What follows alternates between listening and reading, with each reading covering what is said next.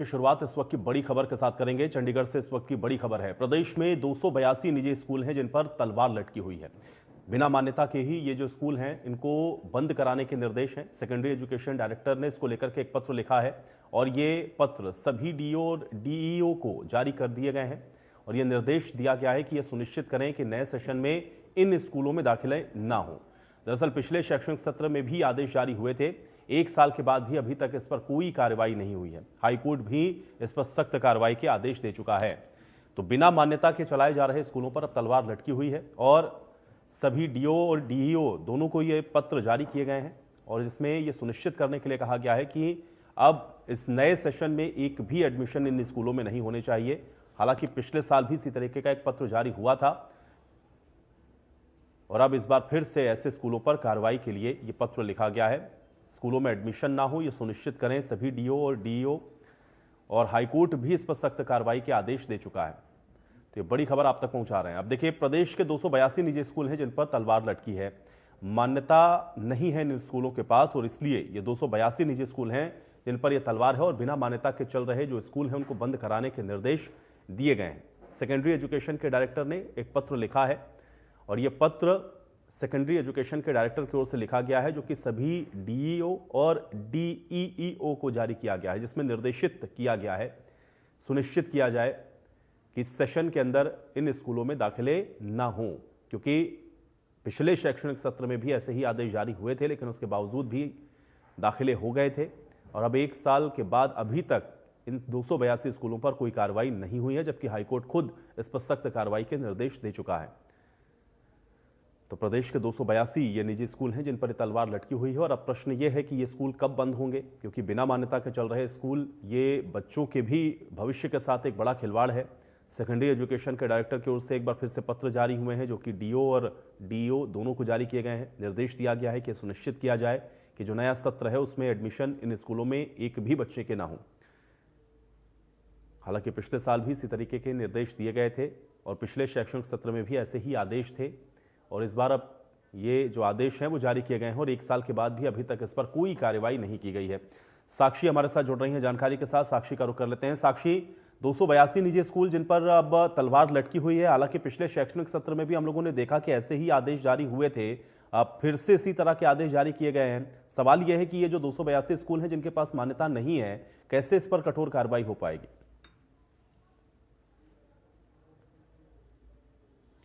जी बिल्कुल, देखिए जब भी नए शैक्षणिक सत्र की शुरुआत होती है ये मामला जो मान्यता और गैर मान्यता प्राप्त स्कूलों का है ये ज़रूर उठता है, क्योंकि प्रदेश में अब भी ऐसे कई गैर मान्यता प्राप्त स्कूल हैं जो कि संचालित लगातार हो रहे हैं और बच्चे एक बार जब इन स्कूलों में एडमिशन ले लेते हैं उसके बाद कई ऐसी गवर्नमेंट से जो एडेड सुविधाएं होती हैं वो इन स्कूल्स को नहीं मिल पाती हैं। सर्टिफिकेट्स बनने में काफ़ी दिक्कतें और मुश्किल आती है और ख़ासतौर से जब बोर्ड की एग्ज़ाम्स होती हैं तब ज़्यादा दिक्कतें आती हैं, क्योंकि ऐसी स्थिति में बच्चों के रोल नंबर्स नहीं मिल पाते हैं, एडमिशन एडमिट कार्ड जो हैं वो उन्हें नहीं मिल पाते हैं। तो अभी विभाग की ओर में, विभाग डिपार्टमेंट में एक आरटीआई जो लगाई गई थी, एक पीआईएल लगाई गई थी, उसके माध्यम से जो आंकड़ा निकलकर सामने आया है उसमें विभाग ने 282 स्कूलों का एक ऐसा आंकड़ा जारी किया है जो फिलहाल प्रदेश में गैर मान्यता प्राप्त स्कूल चल रहे हैं, अनरिकॉग्नाइज्ड है, अनऑथोराइज्ड है।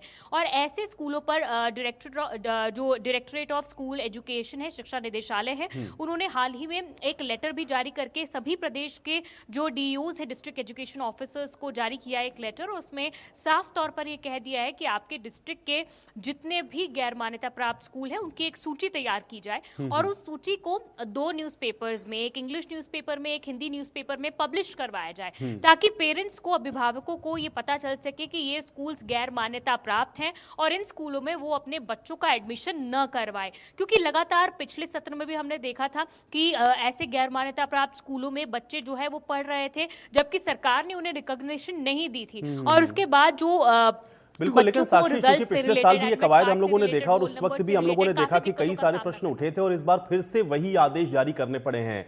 क्या वो सारी तैयारियां इस बार हो चुकी हैं या इस बार सख्ती है उस तरह की कि कम से कम एडमिशन ना हो? क्योंकि अगर एक बार एडमिशन हो गया तो फिर बच्चों के भविष्य को लेकर के ये स्कूल सामने आएंगे और फिर इसी तरह की स्थितियां ग्राउंड पर रहेंगी। तो क्या उस तरह से तैयारी आपको दिख रही है? क्योंकि आदेश तो जारी किए गए लेकिन एग्जीक्यूट कैसे होंगे ये, साक्षी?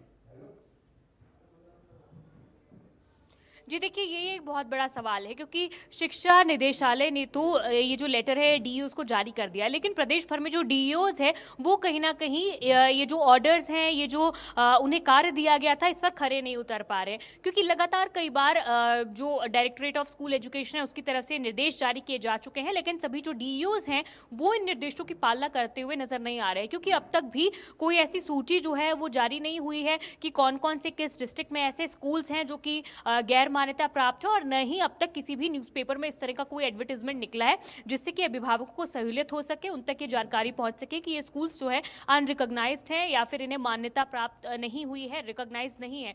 तो ऐसे में डीईओज़ जो है उन्हें सख्त लहजे में शिक्षा निदेशालय की ओर से ये कहा गया है कि ये काम जो है विदाउट फेलियर किया जाना चाहिए और इसमें किसी भी तरह की तो कोई भी देरी जो है वो बर्दाश्त नहीं की जाएगी। लेकिन दूसरी ओर पर डीईओज़ के द्वारा जरूर एक ढीठमूल रवैया जो है इस पूरे मामले में अपनाया जा रहा है। वहीं आपको बता दें कि हरियाणा का एक संगठन भी है, स्वास्थ्य शिक्षा सहयोग संगठन, इसके जो प्रदेशाध्यक्ष है उनके द्वारा भी एक पीआईएल जो है वो हाईकोर्ट में दायर की गई थी और हाईकोर्ट भी इस पूरे मामले में निर्देशित किया जा चुका है कि ये तमाम स्कूल्स जो कि अनरिकॉग्नाइज्ड हैं इन्हें बंद किया जाना चाहिए, बच्चों का इसमें एडमिशन नहीं होना चाहिए, क्योंकि बच्चों का भविष्य जो है इन स्कूल्स में एडमिशन लेने के बाद जरूर भविष्य पर कई सवालिया निशान बिल्कुल। खड़े हो लेकिन जाते हैं, साक्षी, कई क्या प्रश्न चिन्ह ये लग जो जाते हैं। संख्या है इन स्कूलों की, ये 282 ही है या ये ज्यादा हो सकती है? क्योंकि अगर डीओज को ये आदेश हैं कि आप एक फाइनल लिस्ट इसकी तैयार करें या आपके जिलों में आप देखें किस तरह के स्कूल ना हो, तो क्या ये संख्या बढ़ सकती है या ये फाइनल डाटा है 282 का? और अगर ये 282 की जानकारी है तो फिर इस पर कार्रवाई में क्या समस्या आ रही है?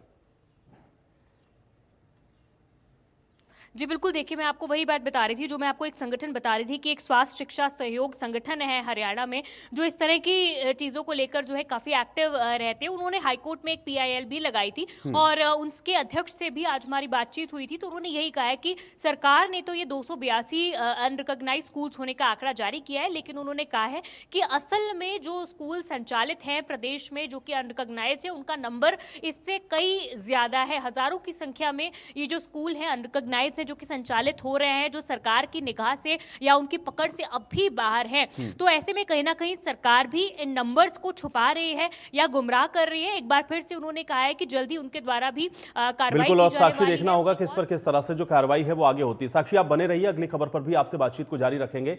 एक और बड़ी जानकारी है, दर्शकों को पहुंचाते हैं, बड़ी और अहम खबर आप तक पहुंचा रहे हैं। म्यांमार और थाईलैंड के हादसे के बाद भी अभी भी प्रशासन जागा नहीं है। गुरुग्राम निगम और गुरुग्राम में हजारों लोगों की जान खतरे में है। साइबर सिटी गुरुग्राम में 54 इमारतें हैं जो कि खतरनाक घोषित की गई हैं। हरियाणा मानवाधिकार आयोग की ओर से इसको नोटिस भी जारी हुआ है। इसमें निगम आयुक्त, चीफ इंजीनियर को पेश होने के आदेश हैं। इसके अलावा चिंटल पैराडाइसो सोसाइटी का हिस्सा गिर भी चुका है। हादसे में 2 महिलाओं की जान भी जा चुकी है। सरकार सीबीआई को इसकी जांच भी सौंप चुकी है, लेकिन बावजूद इसके जिस तरह की कार्रवाई होनी चाहिए वो अभी तक नहीं हुई है। तो हरियाणा मानवाधिकार आयोग की ओर से अब इसको लेकर के एक नोटिस जारी हो गया है। और अभी आपने देखा है कि म्यांमार और थाईलैंड में जिस तरह की स्थितियां भूकंप के बाद बनी, अब उससे भी कोई सबक लेने के लिए तैयार नहीं है। और जो पैरामीटर्स हैं, जो नियम बने हुए हैं, उस पर भी आप देख रहे हैं कि किस तरह की जो हीला हवाली है वो बरती जा रही है। अब म्यांमार और थाईलैंड हादसे के बाद भी गुरुग्राम निगम नहीं जागा है। क्या अनहोनी का इंतजार कर रहा है गुरुग्राम का नगर निगम? ये प्रश्न है। सवाल ये भी है कि गुरुग्राम में हजारों लोगों की जो जान को खतरा बना हुआ है, इसकी जिम्मेदारी किसकी है? क्योंकि अभी भी कुछ इस तरह के नॉर्म्स हैं जिनका पालन नहीं हो रहा है। साइबर सिटी की अगर बात करें तो यहाँ पर 54 इमारतें हैं जो कि एक तरीके से आप कह सकते हैं कि मानकों पे खरी नहीं है। हरियाणा मानवाधिकार आयोग ने अब इसको लेकर के एक नोटिस भी जारी किया है। और यह नोटिस आपको बता दें कि निगम आयुक्त तो चीफ इंजीनियर को जारी हुआ है, जिसमें उनको पेश होने के आदेश दिए गए हैं। साक्षी हमारे साथ लगातार बनी हुई है। साक्षी, अभी हम लोगों ने देखा कि किस तरह का जो भूकंप आया म्यांमार और थाईलैंड में, उसके बावजूद भी उन हादसों को देखते हुए उससे कोई सबक लेने की तैयारी नहीं है। इमारतें ऐसी हैं जिनको कंडम घोषित कर दिया गया है, लेकिन उसके बावजूद भी उस पर कोई कार्रवाई नहीं। अब मानवाधिकार आयोग की ओर से भी इस पर तलब कर लिया गया है निगम आयुक्त को। क्या जानकारी है? जी बिल्कुल, देखिए कड़ा संज्ञान मानवाधिकार आयोग के द्वारा लिया गया है और जिस तरह आपने जिक्र किया कि म्यांमार में जिस तरह से भूकंप के झटके लगे और एक बड़ा हादसा हुआ, सैकड़ों इमारतें इस दौरान जमींदोज हो गई और इसी के साथ कई लोगों की जानें भी यहाँ पर गई हैं। लेकिन इतने बड़े इंटरनेशनल लेवल के हादसे होने के बाद भी गुरुग्राम नगर निगम जो है इनसे सबक लेता हुआ नजर नहीं आ रहा है, क्योंकि अब भी गुरुग्राम में 54 ऐसी इमारतें हैं जो कि जिनका निरीक्षण भी किया जा चुका है और वो जर्जर घोषित की जा चुकी हैं, लेकिन उसके बाद भी इन पर कोई एक्शन गुरुग्राम नगर निगम के द्वारा जो उन्होंने लिया है कोई एक्शन ऐसा दिखता हुआ नजर नहीं आ रहा है।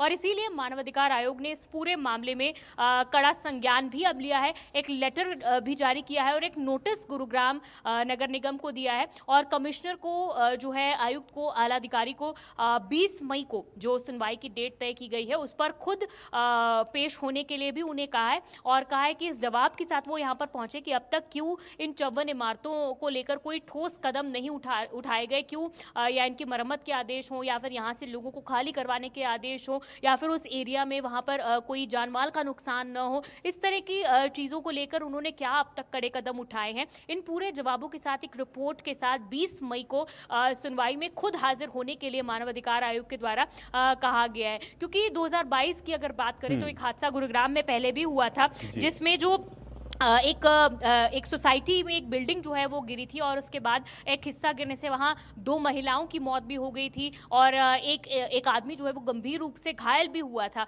और उस समय की जब वो जो तत्कालीन जो पूर्व मुख्यमंत्री मनोहर लाल की उस समय सरकार थी, उस दौरान इस पूरे मामले की सीबीआई जांच के आदेश भी दिए गए। ये मामला जोरों शोरों से उस समय विधानसभा में भी उठाया गया और सीबीआई जो है इस पूरे मामले में 2 चार्जशीट्स भी जो है वो जारी कर चुकी है। हालांकि ये पूरा मामला होने के बाद भी अब भी पहले ये जो इमारतों का नंबर था 80 इमारतें जो है उन्हें इनमें से 152 इमारतों का जो निरीक्षण है वो किया गया है गुरुग्राम में अब तक। और आपको बता दें कि 80 इमारतों को खतरनाक माना गया है। वहीं इसी के साथ साथ अब निगम ने जो नई रिपोर्ट भेजी है उसमें इन इमारतों को 80 से घटाकर 54 कर दिया गया है कि 54 इमारतें जो हैं वो खतरनाक उन्हें माना गया है, जिन्हें रहने के काबिल नहीं बताया गया है। और लेकिन इनमें से 15 इमारतें ऐसी भी हैं जिनका अब तक निरीक्षण भी नहीं किया गया है। तो इन तमाम सवालों को मानवाधिकार आयोग ने गुरुग्राम नगर कमिश्नर से बिल्कुल, लेकिन पूछा है साक्षी और जब उन्हें निगम ही 20 ये मई को खुद सर्वे कर रहा हो, निगम ही ये जानकारी दे रहा है कि ये 54 इमारतें ही हैं और ये 54 इमारतें ऐसी हैं जो कि रहने के लिए सही नहीं हैं, तो फिर इस पर अभी तक कार्रवाई क्यों नहीं? और क्या ये सारे रेजिडेंशियल इलाके हैं जहां पर लोग रह रहे हैं, तो फिर उनकी जान के साथ ये खिलवाड़ क्यों साक्षी? जी बिल्कुल, देखिए आम जनता की जान के साथ ही एक बड़ा खिलवाड़ है और नगर निगम है वो बिल्कुल इस मामले में गंभीर नजर नहीं आ रहा और इसीलिए मानव अधिकार आयोग को इस पूरे मामले में इंटरवीन करना पड़ा है और खुद जो है एक सोमोटो कहा जा सकता है, खुद संज्ञान जो है इस पूरे मामले में उन्होंने लिया है और अति गंभीर मामला उन्होंने इससे बताया है, क्योंकि लोगों की जान से जुड़ा हुआ मामला है। किसी भी समय अगर किसी भी वक्त कोई हादसा हो जाता है तो उसके बाद बिल्कुल, और इसकी जिम्मेदारी फिर किसकी होगी ये एक बड़ा प्रश्न है साक्षी। इस बीच हमारे साथ गुलशन भी जुड़ गए हैं, साउथ हरियाणा ब्यूरो चीफ, उनका भी मैं रुक कर लेता हूं। गुलशन, ये तो सीधे तौर पर लापरवाही है, क्योंकि अगर निगम की ओर से ही ये जानकारी दी जा रही है कि 54 इमारतें ऐसी हैं जो कि रहने के लायक नहीं है और उसके बावजूद भी अगर लोग उसके अंदर रह रहे हैं और इतने हादसे हम लोग देख रहे हैं कि लगातार हो रहे हैं। अभी जो भूकंप आया म्यांमार के अंदर उसमें किस तरह से लोगों की जान गई और 2022 में ऐसा हादसा प्रदेश में भी हो चुका है, गुरुग्राम में भी हुआ, उसके बावजूद भी इस लापरवाही की क्या वजह है? मानवाधिकार आयोग को इसमें इंटरवीन करना पड़ रहा है। देखिए, इस मामले में अब हरियाणा मानव अधिकार आयोग को आना पड़ा, क्योंकि जो निगम नगर निगम है उसने अभी तक इस मामले में कोई भी संज्ञान नहीं लिया। जिस तरह से साक्षी अभी बता रही थी कि 54 ऐसी बिल्डिंग है जो फिलहाल जो ऐसी बिल्डिंग है जो काफी खराब हालत में है, लेकिन उसके बावजूद भी लोग वहां रह रहे हैं, यानी लोगों की जान के साथ खिलवाड़ हो रहा है। अभी तक इस मामले में कोई भी नगर निगम ने एक्शन नहीं लिया है। इस तरह से गुड़गांव में पहले भी मामला हुआ है, टिंटल पैराडिसो एक सोसाइटी थी, वहां पर एक छत जो है वो गिरी थी और उसके बाद 2 महिलाओं की उसमें मौत भी हुई थी। अब उसकी जो ऑडिट रिपोर्ट है वो आ गई है, उसको खाली कराने के भी आदेश दे दिए हैं, लेकिन कुछ अभी ऐसे वहां पर टावर हैं जिनको अभी भी खाली करने के आदेश दिए हुए हैं। तो अब जो 54 बिल्डिंगें और हैं, जिसमें 54 बिल्डिंगें ऐसी चिन्हित की गई हैं जिसमें जो घटिया सामग्री का इस्तेमाल किया गया है, उनको किस तरह से आगे मानव अधिकार आयोग लेता है। हालांकि इसमें निगम आयुक्त और चीफ इंजीनियर को अब रिपोर्ट सौंपने के लिए भी कहा है, साथ ही उनको अगले आदेश में पेश होने के लिए भी कहा है। अब ऐसे में क्या कुछ आगे की वो है, लेकिन गुड़गांव में ऐसी कई इमारतें हैं जो काफी दयनीय हालत में है, जहां पर लोग रह रहे हैं, जिसमें घटिया सामग्री का इस्तेमाल कर बेच दिए जाते हैं। क्योंकि यहाँ पर बिल्डर लॉबी जो है वो केवल सपने दिखाती है, बड़े बड़े टावर्स बना देती है, लेकिन वहां पर जो सामग्री का इस्तेमाल किया जाता है वो काफी घटिया सामग्री होती है। क्योंकि जब कुछ दिन बाद उन टावरों में लोग रहने लगते हैं तो उन दीवारों पर हम देखते हैं दरारें आती रहती हैं या फिर पापड़ी हटती रहती हैं। इस तरह से हमने कई बिल्डिंगों का निरीक्षण भी किया है और कई बिल्डिंगों की इस तरह से शिकायतें भी हमें मिली है। लेकिन उसके बावजूद भी जब वो शिकायत करते गुलशन, हैं, लेकिन ये जो 54 बिल्डिंग है जिनको खुद निगम की ओर से ये बताया जा रहा है कि ये सुरक्षित नहीं है, तो क्या ये सारे 54 बिल्डिंग का सर्वे हो चुका है, उसके बाद ये कहा गया है? दूसरा प्रश्न ये है कि फिर जो लोग इसमें रह रहे हैं उनके लिए भी तो ये समस्या नहीं, क्योंकि बिल्डर ने तो उनको ये बिल्डिंग बेच दी, अब ये खराब घोषित की जा रही है, तो उनके सामने भी समस्या ये है। तो ये सारी चीजें एक दूसरे के साथ कनेक्टेड हैं गुलशन, कैसे इसका समाधान निकलेगा फिर? क्योंकि जान के ऊपर तो बनी ही हुई है, अगर ये इसको आप खराब घोषित कर रहे हैं तो। गुलशन, देखिए, बिल्कुल आपने ठीक कहा कि लोगों की जान के साथ तो खिलवाड़ हो ही रहा है, चाहे वो बिल्डर लॉबी हो चाहे वो डेवलपर हो। यहाँ पर स्टिल्ट प्लस 4 का भी बड़ा रिवाज चल रहा है, क्योंकि जो डेवलपर है वो स्टिल्ट प्लस 4 तो बना देते हैं, एक ही साल में स्ट्रक्चर खड़ा कर देते हैं, लोगों को शिफ्ट कर देते हैं, लेकिन बाद में जब लोग रहते हैं तो उन्हें इन सभी परेशानियों से सामना करना पड़ता है। जैसा कि 54 बिल्डिंगों को लेकर आपने जिक्र किया, 54 बिल्डिंगें ऐसी हैं जिसे नगर निगम ने माना है कि वो सुरक्षित नहीं है, और उसके बावजूद भी फिर वहां पर लोग रह रहे हैं। यानी अगर वहां पर कोई भी हादसा हो जाता है, किसी की भी जान के साथ खिलवाड़ हो जाता है, तो उसका जिम्मेदार आखिर कौन होगा? क्योंकि जिस तरह आपने भी कहा कि म्यांमार और थाईलैंड में जिस तरह से अभी भूकंप के झटके देखे गए, बड़ी बड़ी बिल्डिंगे ढहा दी गई, आपने देखा कि किस तरह से जो बड़ी बड़ी बिल्डिंगे हैं वो हमने तस्वीरें भी देखी। और ऐसी तस्वीर अगर गुरुग्राम में अगर हो जाती है तो कई लोगों की जान के साथ खिलवाड़ हो सकता है, चाहे वो बड़े बड़े टावर्स की बात हो, क्योंकि यहाँ पर बहुमंजिला इमारतें काफी ज्यादा है और गुड़गांव को डार्क जोन स्थिति में भी रखा गया है। पानी की कमी है, लेकिन बड़ी बड़ी इमारतें जरूर बन रही हैं, बड़ी बड़े टावर जरूर बन रहे हैं। और दूसरी तरफ अब जो डेवलपर है, जो स्टिल्ट प्लस 4 का इस समय, जैसे मैंने आपको जिक्र किया कि काफी जो इमारतें हैं वो भी अब लगातार बन रही हैं। अब ज्यादातर लोग फ्लैट सिस्टम में ज्यादा आ गए हैं। हालांकि पहले हम देखते थे कि लोग जो है वो अपनी जमीन से ही घर बनाते थे, लेकिन अब वो रिवाज खत्म हो गया है। गुरुग्राम में खासकर मैं बात करूं तो यहाँ पर स्टिल्ट प्लस 4 का रिवाज चल रहा है, नीचे पार्किंग होती है और 4 फ्लोर बना दिए जाते हैं। उसके बाद एक ही साल में पूरी की पूरी बिल्डिंग को खड़ा कर दिया जाता है। अब ऐसे में सवाल ये उठता है कि जब उनको ऑक्यूपेशन सर्टिफिकेट दिया जाता है, यानी ओसी दिया जाता है, तो क्या उस समय ये सारी जो चीजें बिल्कुल सही बात कह रहे हैं गुलशन, और मुझे लगता है कि ये तो हर स्तर पर इसमें एक लापरवाही है, और अगर इसको एक एक करके जोड़ा जाए तो मुझे लगता है कि हर स्तर पर जो भी इसके लिए जिम्मेदार है उस पर कार्रवाई होना बड़ा जरूरी है। साक्षी, चूंकि इसमें सारी चीजें एक दूसरे के साथ इंटरकनेक्टेड है, एक तो ये है कि भाई जो लोग रह रहे हैं अब उनको आप एकोमोडेट कहाँ करेंगे, क्योंकि उन्होंने तो पूंजी लगा करके इन टावर्स में अपने घर खरीद लिए, अब उसको अगर आप रहने के लायक नहीं बता रहे हैं तो उनका आगे क्या? और दूसरा यह है कि क्या मानवाधिकार के इंटरवीन के बाद इस स्थिति में पहुंचेंगे कि जो जिम्मेदार है उस पर कार्रवाई हो पाए? जी बिल्कुल, देखिए ये एक बड़ा सवाल बना हुआ है, और जो लोग जहां रह रहे हैं, जैसे कि आपने बताया कि वाकई अपनी जो जीवन भर की पूंजी होती है, सेविंग्स लगाकर लाखों का लोन लेकर अपना आशियाना बनाते हैं, अपना घर बनाते हैं, ये सोचकर कि वो सारी उम्र जो है आराम से उनके सर पर छत हो गई है और वो आराम से अपने परिवार के साथ रह सकते हैं।